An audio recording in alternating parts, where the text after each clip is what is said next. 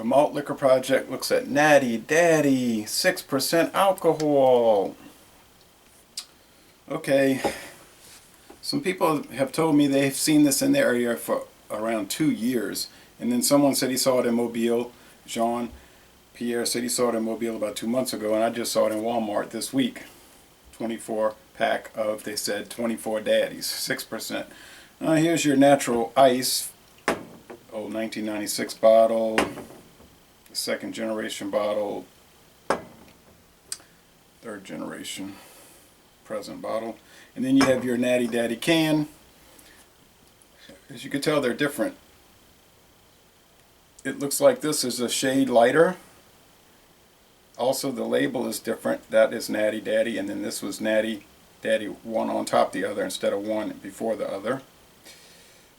That one gives a description. A lager brewed with natural lights, all natural ingredients. If you get on the Anheuser-Busch InBev website, they'll tell you Natty Daddy, the 8%, the original one. It's the same ingredients as Natural Light from 1977, but it's done in a way to make it stronger. And that beer is in the low 4% range. And then your natural ice is 5.9, 130 calories. This one here is such a mystery because it's 6%, just the slightest bit above it. So it makes you wonder what the deal is. I wrote an email to Anheuser-Busch to ask them about it. I haven't heard back. Very bubbly. You can see bubbly, clear, straw appearance with a thick white head. What you know about that?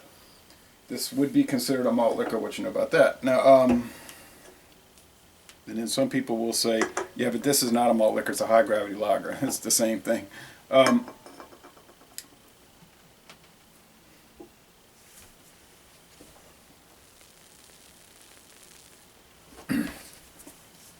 The price I paid for the Natural Father 6% variant is, and I ought to go to Racetrack and see if the tall cans are still rated at 8 or if they've reduced those to 6, which is telling me that our area now, our region, is going to be the 6%.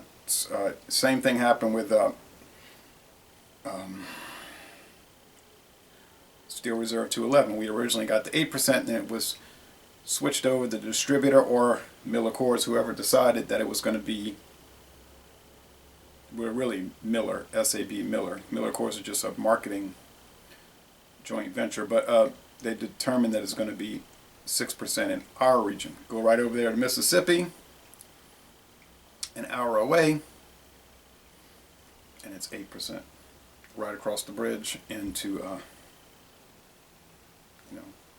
the southern Gulf coastal part of Mississippi. There was at one time a natural lager, early to mid 90s, rated I think at 4.9 or 5%. I have the literature down there. Didn't last. Some people had told me about it, and I did some research, and it was in fact like a regular natural beer. The aroma is typical extra strong lager beer. It's it does have a malt liquor aroma, a little pungent, little if you drink enough of these, you know it has that little wanky aroma, kind of odd aroma that some people hate, other people they don't mind. The flavor is similar. It's similar to, but not the same as natural ice. Could I really tell them apart though? I don't know. I haven't done a blind taste test in a good long while, and I ought to. Well, I'm pretty sure I could tell the 8%, but I ought to get some natural ice and some 8% Natty D and some 6% Natural Father, and mix them all around, round and round and round, and see if I could tell them apart. I'm pretty sure I could pick up the 8%, but Natty Ice and Natty D, I don't know if I could. Well, okay, so like I bought it and it averaged out to $4 a six pack. That's a good price. I mean, you could still find beers around here that'd be about $3.75 a six pack. That's about as low as you can find them these days. Early last year, they were down. You could find stuff in the $3.33, $3.33 a six pack. Steel Reserve, the tall cans, 16-ounce cans, you can still get that at Walmart for $3.99. It was $3.88 for the longest. So obviously that would be a better deal because you could get, for the same price as a 24 pack of this at 6%, you could get the Steel Reserve 211 tall cans and you would get 4 extra ounces per serving for the same price, $15.99. It would actually be $15.96 for the Steel Reserve, and it's very similar to this Steel Reserve. I don't know. I wanted to say it was better. I'm talking about the 6% now. The 8%, that can, a lot of people, that doesn't appeal to a lot of people. But I'm talking about the silver can, not the exotic black can.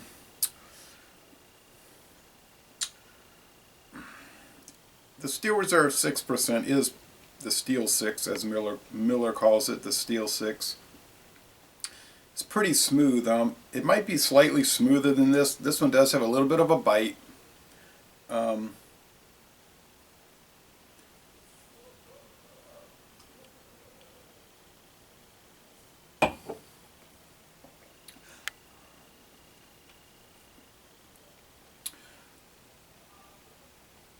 There is some hop bitterness at the end, but you have to really look for it. Now, some people in the beer reviewing world, they'll say, well, you know, some people are ridiculous and they'll say beers like this taste terrible, and they describe all the things they would rather drink, disgusting things they would rather drink. Well, you know, that they lose all credibility. Now you got other people in the beer reviewing world, like, let's say Beer Sampling with Dave. He'll say, he doesn't, you know, he'll call them crap beers and all that, but he'll really, when you look at his videos carefully, he'll really just say they don't have enough flavor for him. So he's willing to pay twice, 3, 4 times the amount, maybe more, for craft beers, which he, in his opinion, which I don't agree with, but in his opinion, have a lot more flavor. I think the craft beers have a different flavor. I wouldn't necessarily say they have a lot more flavor. But it's hard to say someone's opinion is wrong. It's just the way they feel about it. My opinion is these mass-produced beers do have flavor. May not be a flavor you like.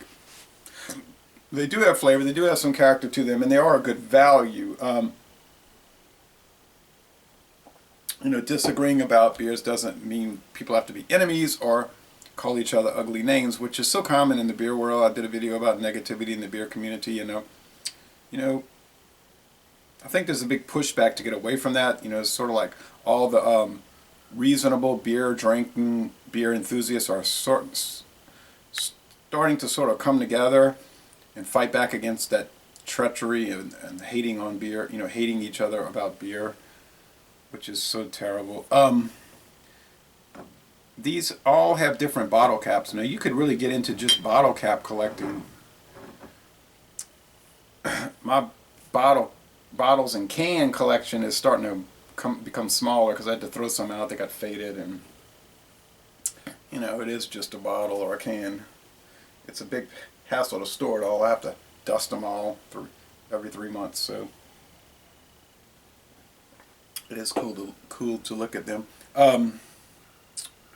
Anyway, it is a credible beer. It is good. The whole natural line is good. Your light, your ice, your daddy, and your natty daddy 8%. They have won many awards. They are well made. Natural. You know, Anheuser-Busch's quality control is exceptional. Tulane. if you get one natural ice, it's going to be, you know, the same everywhere. I do think I'd prefer natural ice over this, but the differences would, I'm talking about the differences in my rating would be so minimal, it wouldn't really matter. A lot of people, I'm about to end the video, a lot of people would not drink the natural line because it's viewed as a cheapo line of beer. Your Budweiser people would probably shy away from it, although many of them, if you pin them down on it, they've actually never tried any of the natural line. Your Bud Light drinkers might say, oh, that's garbage. And you say, well, have you ever drank it? Oh, no, I wouldn't drink it. But how can you say it's garbage? You never drank it. But I've been dealing with that for 19 years, you know, that type of attitude. Anyway, one more thing. When Natural Light, and I don't have any Natural Light cans or bottles because I had to purge my collection of light beers. It just was too big. I had to get rid of all of them. I had some sweet ones too. I had a 12-ounce bottle of Schaefer Light. I had a can of Texas Pride light beer, so I hated to throw them out. But when Natural Light first debuted in 1977, it was marketed as a top-of-the-line premium light beer. It was the flagship light beer of Anheuser-Busch InBev. Anheuser-Busch didn't become InBev until 2008, but Anheuser-Busch, and it was right up there competing against Schlitz Light, Light from Miller, Light by Miller, and well, that was all they had. All right, and then in '82 they came out with Budweiser Light, and so Natural Light was slowly relegated to the budget segment. Although I have no knowledge that the recipe ever changed. So, so for people to say it's trash is really inaccurate.